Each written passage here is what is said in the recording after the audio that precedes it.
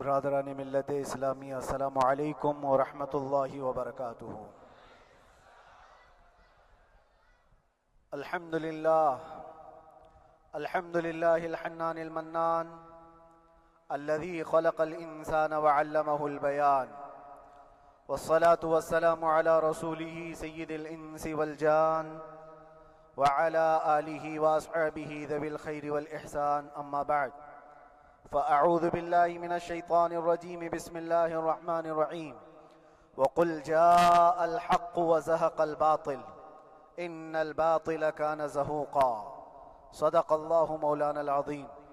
بارگاہ رسالت مآب صلی اللہ علیہ وسلم میں درود پاک کا ہدیہ پیش کریں۔ اللہم صلی علی سیدنا و مولانا محمد معدن الجود والکرم وآلہ واصحابہ الکرام وابنہ الکریم وبارک وسلم صلاة دائمة سرمدا ابدا۔ عزیزان گرامی وقار، میں یہ چاہتا ہوں جہاں پر آ کر ہم رکے تھے وہیں سے ہم پھر آگے بڑھتے ہیں۔ ہم رکے تھے کہاں آ کر؟ کچھ دیر کی خاموشی ہے، اس کے بعد ہم آگے بڑھتے ہیں، اس لیے کہ مجھے کوئی شعر اب یاد کرانے کی ضرورت نہیں اور نہ ہی کسی کے سامنے کچھ بولنے کی ضرورت ہے۔ حالات تو ایسے تھے کہ جو نان مسلم تھے وہ بھی ہمیں جیل میں دیکھ کر یہی کہتے تھے کہ آپ ہی نے کہا یہ فلاں بات۔ ہم نے کہا اللہ تبارک و تعالیٰ نے تم کو بھی یاد کرا دیا۔ میرے عزیزو، ستیزہ کار رہا ہے ازل سے تا امروز، شرار بو لہبی سے چراغ مصطفی بھی۔ یہ آج کل کے معاملات نہیں، ابتدا سے حق اور باطل کے معرکے ہوتے رہے، لیکن ایک بات میں آپ سب کو بتانا چاہتا ہوں، مظفر کو مقید نہ سمجھ اے سیاد۔ سیدنا مظفر حسین کچھوچھوی رحمت اللہ تعالی علیہ جیل گئے تھے، قید میں تھے، تب انہوں نے یہ شعر کہا تھا کہ مظفر کو مقید نہ سمجھ اے سیاد، میری یہ اسیری بھی سنت آبائی ہے۔ میرے آبا و اجداد کی سنت ہے جس پر میں عمل کر کے آ رہا ہوں، میرے بزرگوں کی یہ سنت تھی۔ بہرحال جن کو جس راستے سے مجھے گزارنا تھا، لوگوں کے دلوں میں یہ ٹھنڈک تھی شاید کہ زبان بند کر کے چند دنوں کے لیے قید کر دیا جائے، مگر میرا عقیدہ یہ تھا کہ اللہ تبارک و تعالی جب تک چاہے کہ کوئی اس کے لیے پابندی نہیں لگا سکتا۔ وَإِن يَمْسَسْكَ اللَّهُ بِضُرٍّ فَلَا كَاشِفَ لَهُ إِلَّا هُوَ۔ رب تعالیٰ فرماتا ہے اگر اللہ تعالیٰ تمہیں کوئی مصیبت دے تو اس کے علاوہ کوئی ٹال نہیں سکتا۔ وَإِن يَمْسَسْكَ اللَّهُ بِخَيْرٍ فَلَا رَادَّ لِفَضْلِهِ، اور اللہ کسی کو بھلائی دے دے تو پھر اس کو روک بھی کوئی نہیں سکتا۔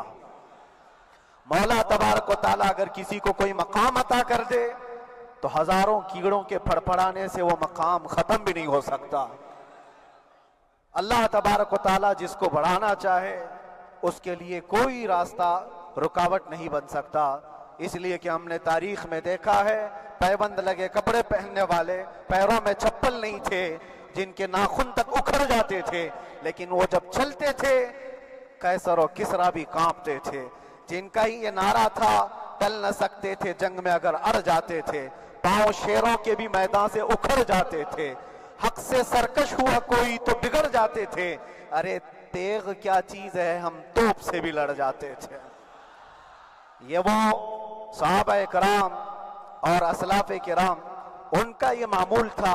بظاہر ان کے پاس کوئی اسباب نہیں تھے لیکن اللہ کی مدد تھی، وہ پانی کی طرح بہتے ہوئے چلے گئے، نہ چٹانوں نے ان کا راستہ روکا، نہ دریاؤں نے ان کا راستہ روکا، وہ جس طرف سے جاتے تھے اللہ تعالیٰ ان کے لیے راستے بناتا تھا۔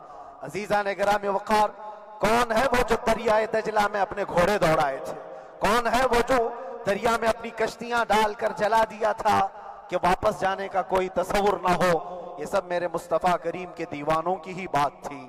اسی لیے آج بھی دنیا گھبراتی ہے تو شانے لوگوں سے نہیں، دیوانوں سے ہی گھبراتی ہے۔ بہت زیادہ چالاک رہنے والوں سے نہیں، دیوانوں سے دنیا گھبراتی ہے، اس لیے کہ دنیا کو پتا ہے، دنیا جانتی ہے کہ دیوانہ کہاں دیکھتا ہے کسی کو پتا نہیں۔ اور یہ اس دیوانے کی بات کر رہا ہوں جس کے لیے اللہ کے حبیب صلی اللہ تعالیٰ علیہ وسلم کی عزت و وقار سب سے اول ہے۔ عزیزان گرامی وقار، آج آپ کے سامنے حاضر آیا، یہ میرے استاد گرامی، مربی، استاذ الاساتذہ، برادر گرامی حضرت العلامہ مفتی زبیر احمد صاحب قبلہ ادام اللہ اقبالہ، جنہوں نے دن رات ایک کر دیے تھے۔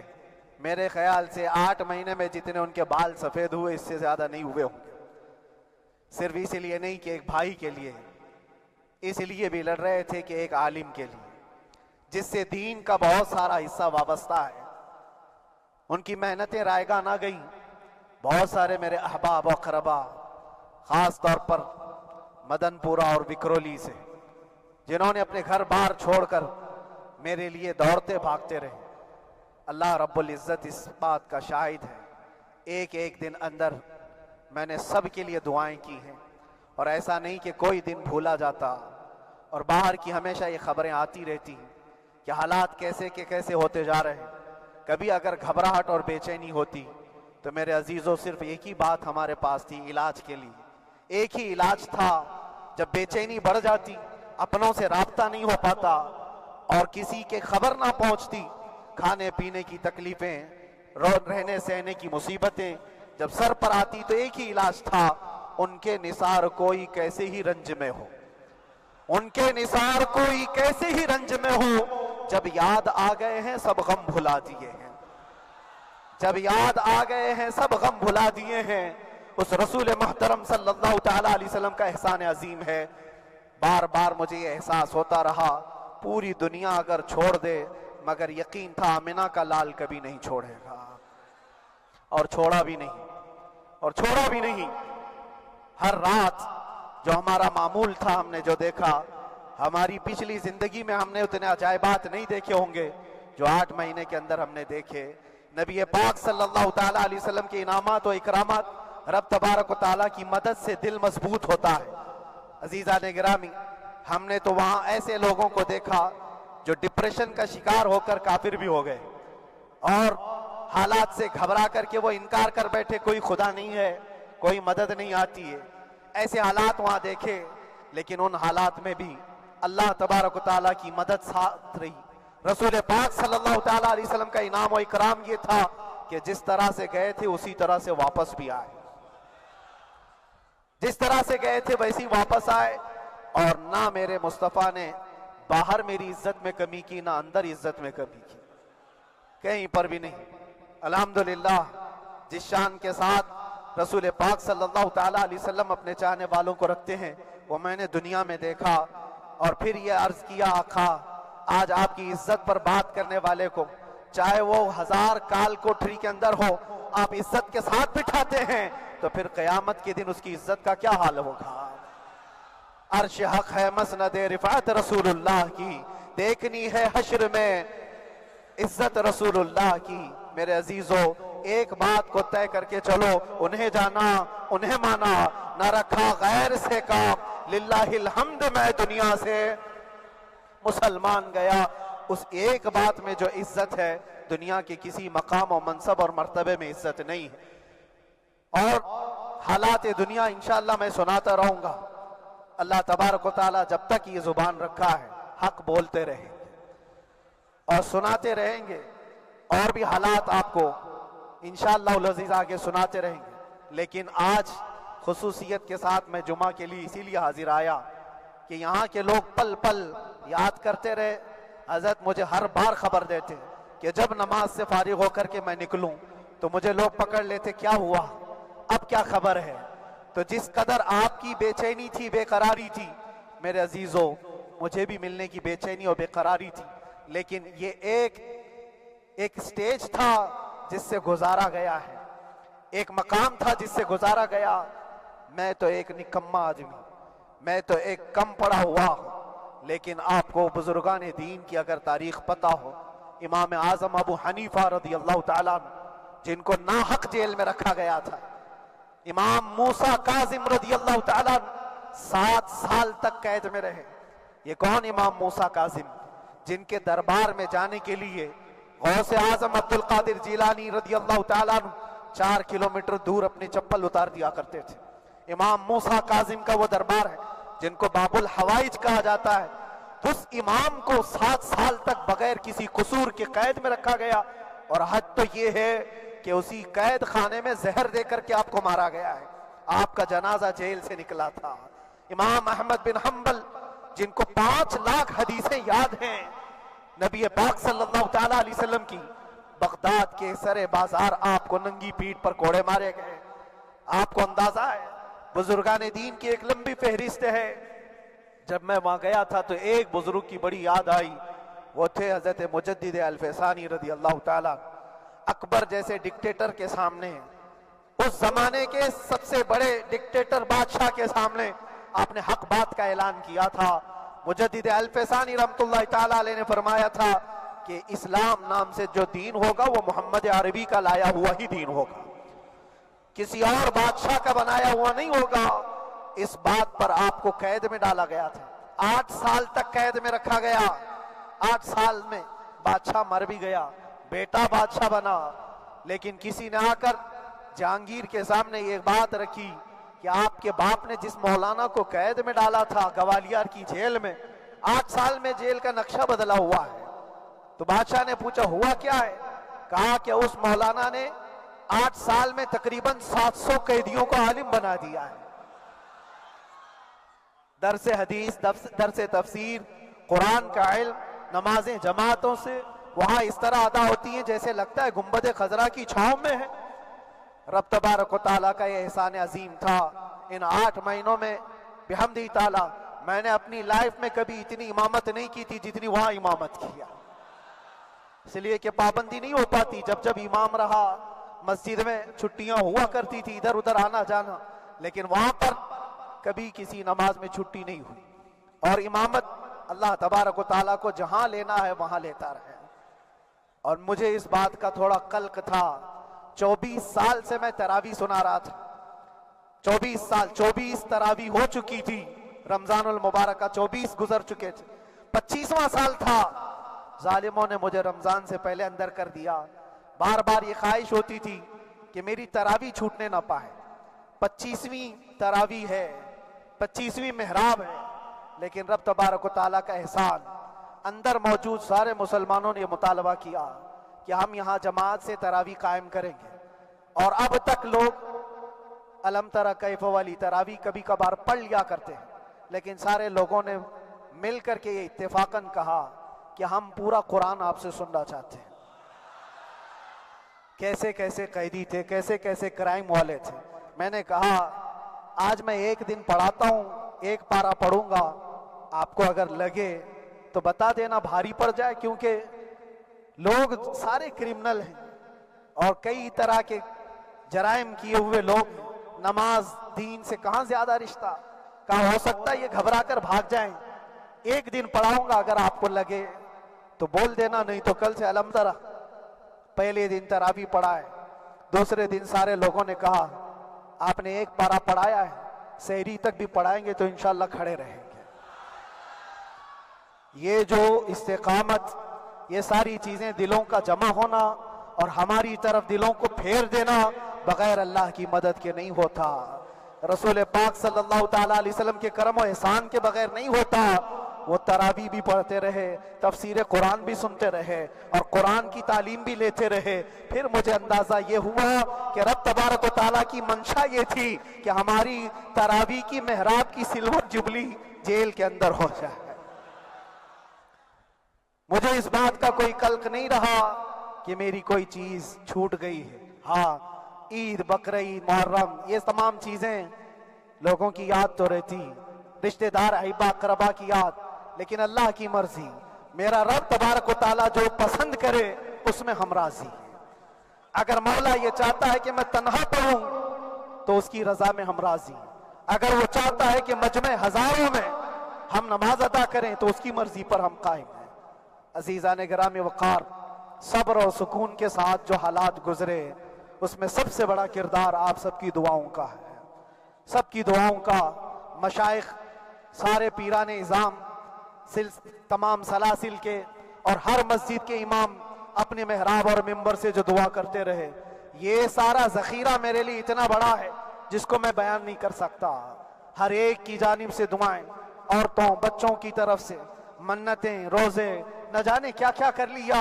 پھر مجھے اندازہ ہوا کہ صرف اپنے آرام، اپنے راحت کے لیے پھڑپھڑانے سے کچھ نہیں ہوگا۔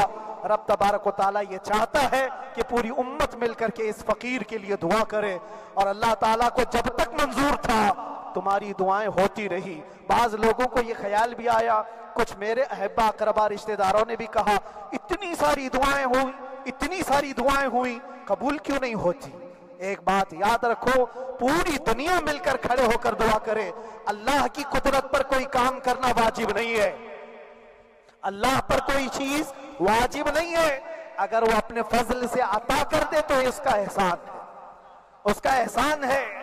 اب چاہے وہ سال بھر میں قبول کرے کہ 5 سال میں قبول کرے، ایک بات یاد آتی ہے میرے عزیزوں، ہماری قید تو 8 مہینے کی ہوگی، ان بزرگان دین کی قید 8 سال 7 سال۔ امام محمد بن حسن عسکری 20 سال تک قید میں رہے، 20 سال تک اندر سلاخوں کے پیچھے بند رکھا گیا۔ یہ اہل بیت اطہار ہیں، ائمہ اعظام ہیں، ان کی تکلیفیں دیکھ کر پھر ہماری تکلیف چھوٹی لگتی، اور پھر نبی پاک صلی اللہ تعالیٰ علیہ وسلم کی یاد آتی۔ صرف اس بات کا ہمیں فخر تھا کہ تم نے کبھی چوری کے الزام میں تو نہیں گرفتار کیا، کسی گھناؤنے الزام میں تو نہیں گرفتار کیا۔ ہاں اگر کسی بات پر گرفتار کیا ہے تو ان سے پوچھو تو اب یہ بولنے میں بھی شرم کرتے ہیں، مولانا کو کیوں گرفتار کیا ہے، مولانا کو کیوں اندر رکھا ہے؟ شرم آتی ہے بولنے میں، کیونکہ انہوں نے کچھ ایسا بولا تھا جس کو بولنے میں شرم آتی۔ کیا بولا تھا میرے عزیزوں؟ یہ ایک الگ کہانی ہے، ابھی میں اس پر کچھ گفتگو نہیں کرتا، اس لیے کہ ہر ایک کو یاد ہو چکی ہے، ہر ایک کو یاد ہے۔ میں اس کہانی کی طرف نہیں جاتا، لیکن اتنا مجھے آج اس ملک میں رہتے ہوئے احساس ہے کہ ابھی بھی انصاف ختم نہیں ہوا ہے۔ انصاف پوری طرح ختم ہو جائے تو اللہ کا عذاب آ جائے گا، اللہ کا عذاب آ جائے گا۔ چند لوگ نا انصافی کر سکتے ہیں، لیکن پوری کی پورے روئے زمین پر رہنے والے انسان نا انصافی کرے، ایسا نہیں ہوتا۔ ہمارے حق میں سپریم کی طرف سے جو انصاف آیا ہے، ہمارے دل میں اس قدر جگہ ہے آج، اور اس قدر احساس ہے کہ ہمیں یہ اندازہ آج بھی ہوتا ہے کہ چاہے کچھ بھی ہو جائے لیکن انصاف پوری طرح سے مر نہیں سکتا، انصاف پوری طرح سے مر نہیں سکتا۔ یہ ہمارا ملک عزیز ہندوستان کسی خاص آدمی کے ٹھیکیداری میں نہیں ہے، سبھی کا خون شامل ہے یہاں کی مٹی میں، کسی کے باپ کا ہندوستان تھوڑی ہے، ہمارا بھی ہے، آپ کا بھی ہے، سب کا بھی ہے۔ اور میرے عزیزو پتہ نہیں، یہ بھی شاید راحت اندوری صاحب کا شعر ہے، اور اس سے پہلے بھی کچھ بولا تھا، وہ بھی ان کا ہی تھا، تو ڈینجر ہی ہوا کرتا ہے۔ اللہ تبارک و تعالیٰ آپ سب پر فضل فرمائے، کرم فرمائے۔ جو چیز خاص طور پر بولنی ہے وہ یہ ہے، ان حالات سے آج جو گھبرائے ہوئے ہیں یہ وہ لوگ ہیں جو عیش پرست ہیں۔ میں کسی کو خاص ٹارگٹ کر کے نہیں کہنا چاہتا، لیکن بہت سارے وہ لوگ جو اثر و رسوخ رکھتے ہیں لیکن وہ آگے آنا نہیں چاہتے۔ دین اسلام پر حملے ہوں، حضور پاک کی عزت پر حملہ ہو، کسی کو بولنا نہیں، کیونکہ پتہ ہے دیکھو اس مولانا کو کس طرح کی ہے، اسی طرح دوسروں کو بھی کر دیا جائے۔ جو کمفرٹ زون میں بیٹھنے کے عادی ہو گئے وہ اپنا ایریا چھوڑ کر ہٹنا نہیں چاہتے۔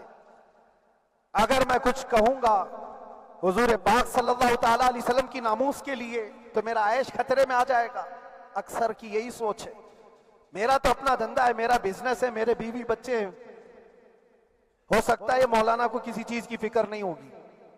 آپ کو میں بتاؤں، آپ کو اندازہ نہیں ہمارے دل میں ہمارے بچوں کی کتنی محبت ہے۔ میرے بھی چھوٹے سے بچے ہیں، جب وہ جیل کی سلاخوں کے سامنے آ کر آنسو بہاتے تھے تو دل پر چھریاں چلتی تھی. وہ بچے جو ہمیشہ ہمارے سینے پر سوتے رہے, آج میں ان کو چھو بھی نہیں سکتا. جب وہ سلاخوں کے پیچھے کھڑے ہو کر دور سے رو کر کے چلے جاتے 15 منٹ, تو کیا ہمارے دل میں بچوں کی محبت نہیں؟ کیا ہمارے گھر بار نہیں, ہماری بہنیں, ہمارے بھائی, ہماری ماں نہیں؟ کتنے تو دن ایسے ہوئے کہ میری ماں کو دورے پڑتے رہے یاد کے لیے. تو کیا وہ ہمارے اوپر کیفیت نہیں آتی کہ ہم خامخواہ یہ مصیبت کیوں مول لیے؟ میری بیٹی تو جھگڑا کرتی اس بات کو کہ کیوں آپ اکیلے ہو, بہت سارے لوگ ہیں سب کا خیال کرتے ہوئے. لیکن میرے عزیزو, یہ ان کی اپنی محبت ہے. سارا ایک پریوار اور اس سے زیادہ میرے شاگردوں کی ایک دنیا ہے. کتنے ایسے ہیں, میں جانتا ہوں کہ 8 مہینے تک نرم غذا نہیں کھائی میرے ان بچوں نے. میں جانتا ہوں ان کا صرف یہ خیال تھا کہ اندر پتہ نہیں جیل میں آپ کیا کھا رہے ہوں گے, ہم یہاں نرم غذا نہیں کھائیں گے, گوشت مچھلی نہیں کھائی. حالانکہ یہ کوئی چیز تمہارے اوپر واجب نہیں تھی. یہ حالات میں اس لیے بتا رہا ہوں میرے عزیز, کسی کے وہم و گمان میں اگر یہ ہے تو نکال دے کہ میرے آس پاس کچھ نہیں ہے, میں کسی کو چاہتا نہیں, یا میرے ساتھ محبتیں نہیں ہیں. کثرت سے محبت کرنے والے لوگ ہیں میرے پاس. میرے ان بھائیوں کی اور میرے بہنوں کی, میرے گھر والوں کی محبت تو ایسی ہے کہ ان کے گھروں کے بچوں کے معاملات بھی بغیر مجھ سے پوچھے نہیں ہوتے. اگر 8 مہینے اندر رہا تو کسی کا رشتہ نہیں تو بات چیت بھی نہیں ہے. رشتہ نہیں ہوگا جب تک یہ نہ آئے. سارے کام ڈیپینڈ رہتے تھے. مجھے بھی ان تمام چیزوں کا احساس ہے, لیکن یہ سب چیزیں ایک طرف, میرے مصطفیٰ کی عزت اپنی طرف.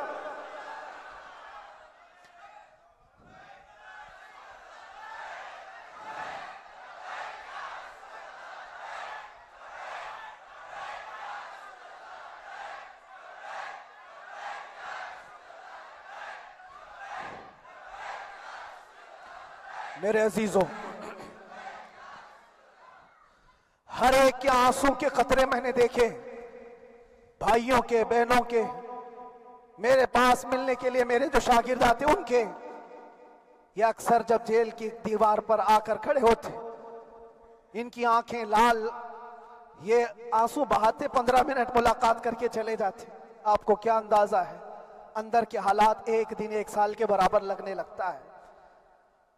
گھٹتے رہتے, لیکن ایک بات کا احساس بار بار ہوتا کہ یہ ساری محبتیں ایک طرف ہے, لیکن ہم جس کے لیے کھڑے ہوئے ہیں اس کی محبت میں کوئی سمجھوتا نہیں, اس کی محبت میں کوئی سمجھوتا نہیں. ایمان اسی کا نام ہے, لا یؤمن احدکم حتی اکون احب الیہ من والدہ وولدہ والناس اجمعین. تم میں سے اس وقت تک کوئی پورا مومن نہیں ہو سکتا جب تک کہ اپنی اولاد, اپنے مال دولت, اپنے ماں باپ, سب سے زیادہ اپنے رسول سے محبت نہ کرے. دعا یہی کرتے رہو جب حضور پاک کا معاملہ آئے تو ساری دنیا ایک طرف ہو جائے. میں نے ایک واقعہ پڑھا تھا اندر ہی, حضرت خالد بن ولید رضی اللہ تعالیٰ ایک قلعے پر اچانک حملہ آور ہوئے تھے. وہ قلعے میں موجود جو دشمنان اسلام تھے ان کی پارٹی چل رہی تھی. بڑے بڑے قالین, صوفے بچھے ہوئے, تشتوں میں قیمتی کھانے رکھے ہوئے تھے. خالد بن ولید کے ساتھ جو لشکر ہے, یہ تو وہ غریب صحابہ تھے جو پیون لگے کپڑے پہنتے, ایک کھجور پر پورا دن گزارتے. جب یہ اس قلعے پر حملہ آور ہوئے تو دشمنان اسلام جو تھے وہ مقابلہ کرنے کی ہمت نہ جٹا سکے, بھاگ گئے. سارا مال سب چھوڑ کر بھاگ گئے, بغیر کسی جنگ کے, بغیر کسی قتل قتال کے پورا قلعہ فتح کیا خالد بن ولید. اب سنو, جو صحابہ تھے وہ مال غنیمت جمع کر رہے تھے, کیونکہ یہ عرب کے لوگ ایسے مہنگے قالین نہیں دیکھے تھے, ایسے مہنگے صوفے, اتنی قیمتی غذائیں انہوں نے دیکھی نہیں تھی. سب جمع کرنے لگے. خالد بن ولید نے کہا, خبردار, ہاتھ مت لگانا, سب ہٹ جاؤ. سب ہٹ گئے. چند صحابہ کو بلایا, یہ سب جمع کرو, اس کو آگ لگا دو. پورا مال غنیمت جو تھا آگ لگا دیا. تو جو صحابہ تھے وہ کہنے لگے, کیا یہ اچھا ہوتا ہے یہ سب میں آپ تقسیم کر دیتے؟ یہ بہت قیمتی چیزیں ہیں، عرب میں ہم لے جاتے تو یہ بہت مہنگی چیزیں ہیں۔ خالد بن ولید نے کیا کہا جانتے ہو؟ کہا اگر تم کو بھی ان تمام چیزوں کی عادت لگ جائے تو تم بھی ویسے ہی بھاگو گے جیسے یہ بھاگے۔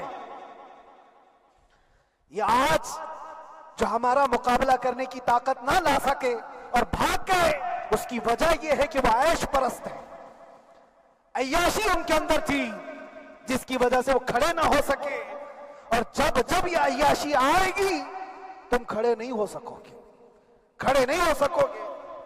آج میں یہی بات دہرانا چاہتا ہوں، جو بہت بڑے چہرے لے کر بیٹھے ہوئے ہوں، وہ سیاسی اثر و رسوخ رکھنے والے بھی کمفرٹ زون میں رہنا چاہتے ہیں۔ میں چند لوگوں کو چھوڑ کر کہہ رہا ہوں، اکثر کا حال یہ وہ سوچتے ہیں کہ ہمارے اس دائرے سے نکلیں گے تو ہمارا عیش خطرے میں آ جائے گا، گھر بار خطرے میں آ جائے گا۔ یہ دنیا کی محبت انسان کو بزدل بناتی ہے، بزدل بناتی ہے۔ اس لیے میرے عزیزو، آپ جب کبھی یہ بات آئے، ایک طرف میرا پورا خاندان، ایک طرف میرے عیش کی زندگی اور ایک طرف رسول پاک کی عزت کا معاملہ، تو آپ مجھے بتاؤ آپ کس بات کا فیصلہ لیں گے؟ اسی بات کا فیصلہ لینا ہوگا نبی پاک صلی اللہ تعالیٰ علیہ وسلم کی عزت کی خاطر تمہیں اس بات کا فیصلہ لینا ہوگا۔ اپنا سب کچھ گنبد خضرا کل بھی تھا آپ، میرے نبی سے میرا رشتہ کل بھی تھا آپ، اور بتلا دو گستاخ نبی کو غیرت سنی زندہ ہے، ان پہ مر مٹنے کا جذبہ کل بھی تھا آپ۔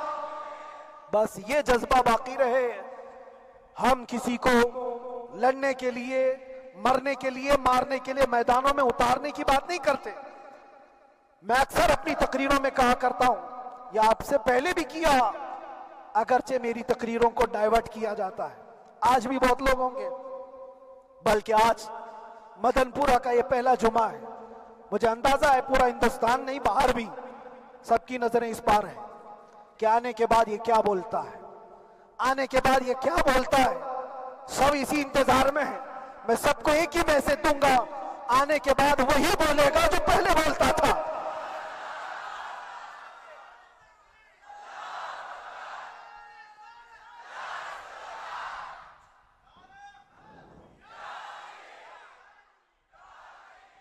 اگر کچھ غلط ہوتا تو ہمارے اس ملک عزیز ہندوستان کی سب سے اعلیٰ عدالت یہ نہیں کہتی کہ ان کے اسپیچ میں کوئی ہیٹ مسئلہ نہیں ہے۔ وہ ہمیں اندازہ ہے میرے عزیزوں، ہاں جہاں غلطی ہوگی ہم بھرے اعلان کے ساتھ کہیں گے کہ ہم سے یہ غلطی ہو گئی، ہم سے یہ خطا ہو گئی، زبان پھسل گئی، لیکن جو چیز نہیں ہے تو اگر تم زبردستی اس کو کہو گے تو یہ ہم نہیں مانتے۔ ہاں بس اتنی دعا میرے حق میں کریں کہ جتنی بھی زندگی باقی ہے اللہ تبارک و تعالی حضور پاک کی محبت اور ان کی عظمت کی حفاظت کے لیے جیتے مرنے کی توفیق عطا فرمائے۔ ہمارا کام صرف اتنا رہ گیا، جو میسج دینا تھا وہ ہم نے دے دیا۔ اب جو حالات آ رہے ہیں میرے عزیزوں، آپ سب کے لیے بھی میں یہ گزارش کروں گا، دین کی طرف آ جاؤ، سچائی کی طرف آ جاؤ، ورنہ گاجر مولی کی طرح کٹ جاؤ گے، ختم ہو جاؤ گے۔ دین کی طرف آؤ، سچائی کی طرف آؤ، اور اسلام نے کہیں پر بھی تمہیں کسی طرح کے آتنک اور دہشت کی تعلیم نہیں دی ہے، کہیں پر کسی ٹیررسٹ کی کوئی بھی تعلقات کی۔ کہیں مجھے کوئی بات بتا دو، اگر کوئی مسلمان اس طرح کی حرکتیں کر جاتا ہے جس کو یہ لوگ بدنام کرتے ہیں تو ہم سمجھتے ہیں اس کا اسلام سے تعلق نہیں ہوگا۔ اسلام سے تعلق ہوتا تو اس کے اندر صدیق اکبر اور فاروق اعظم کی ادائیں ہوتی۔ آج آپ کو وہ معاشرہ زندہ کرنے کی ضرورت ہے۔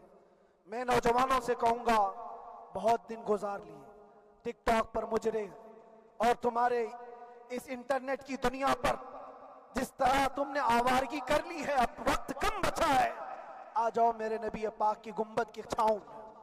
عزت وہیں پر ہے، انہی کے قدموں میں عزت ہے، اور یہاں پر بھی ہے اور آخرت میں بھی ہے۔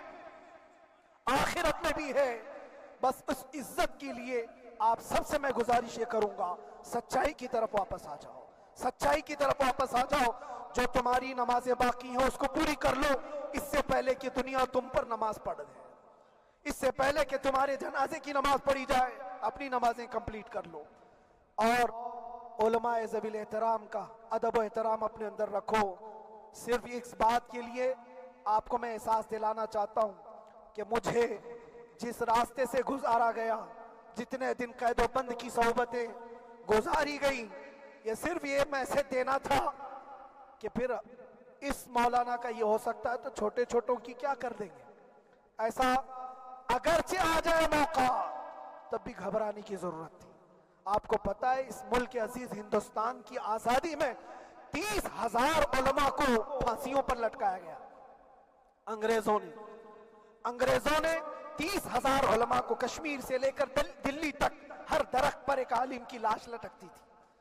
انہوں نے قربانیاں دی ہیں، قربانیاں بزرگان دین کے علماء ذوی احترام کی ہوئی ہیں۔ یہ اور بات ہے کہ اس جنریشن نے آج ہم کو دیکھا تو ان کو بہت بڑا لگتا ہے، یہ کوئی بہت بڑی بات نہیں تھی، بہت بڑی بات نہیں تھی۔ اس پروسیس سے بہت سارے علماء کو گزارا گیا ہے۔ سرکار مجاہد ملت رحمت اللہ تعالی علیہ ایمرجنسی کے زمانے میں 18 مہینے تک قید میں گزارے، 18 مہینے تک ایمرجنسی، وہ بھی ڈکٹیٹر کا زمانہ تھا۔ اس زمانے میں بھی آپ اندر رہے، لیکن باہر آنے کے بعد نہ آپ کے مشن میں کوئی کمی آئی، نہ آپ کی زبان میں کوئی لکنت آئی۔ اللہ والے جو ہیں وہ اللہ کی رضا کی طرف اور رسول پاک کی رضا کی طرف ہوتے ہیں۔ ہم سب بھی اس مشن کو آج یہاں سے زندہ کرتے ہیں، جہاں سے ہم چھوڑے تھے وہیں سے آگے بڑھتے، جہاں سے ہم چھوڑے تھے وہیں سے ہم آگے بڑھتے ہیں۔ کسی کو اگر کچھ برا لگتا ہے تو وہ اس کے سمجھ کا قصور ہے، اس کے فہم کا قصور ہے۔ ہم نے کسی کو ٹارگٹ کر کے کبھی کہا نہیں، بلکہ یہ تو کامن بات ہے، ایک تو کامن کہی جانے والی بات ہے۔ فخر سے اگر کوئی آدمی اپنے گھر میں کہے کیا بات ہے مولانا آج صبح سے تمہارے گھر میں کچھ ہلچل نہیں ہے، کچھ ہلچل نہیں ہے، ہو سکتا ہے تمہارے گھر میں کوئی نہ ہو، تم اکیلے بیٹھے ہو، بیوی کہیں گئی ہے، ماں کہیں گئی ہے، گھر میں کوئی بنانے والا نہیں ہو، گھر میں خاموشی ہے، تو تم اگر اس کو جواب دے دو کہ کچھ دیر کی خاموشی ہے، شام میں آ جائے گی، کچھ دیر کی خاموشی ہے، شام میں آ جائے گی، تو کیا گناہ کیا، کیا گناہ کیا؟ اس کے حالات پر وہ بول رہا ہے، اس کے گھر میں خاموشی ہے اسی لیے بول رہا ہے۔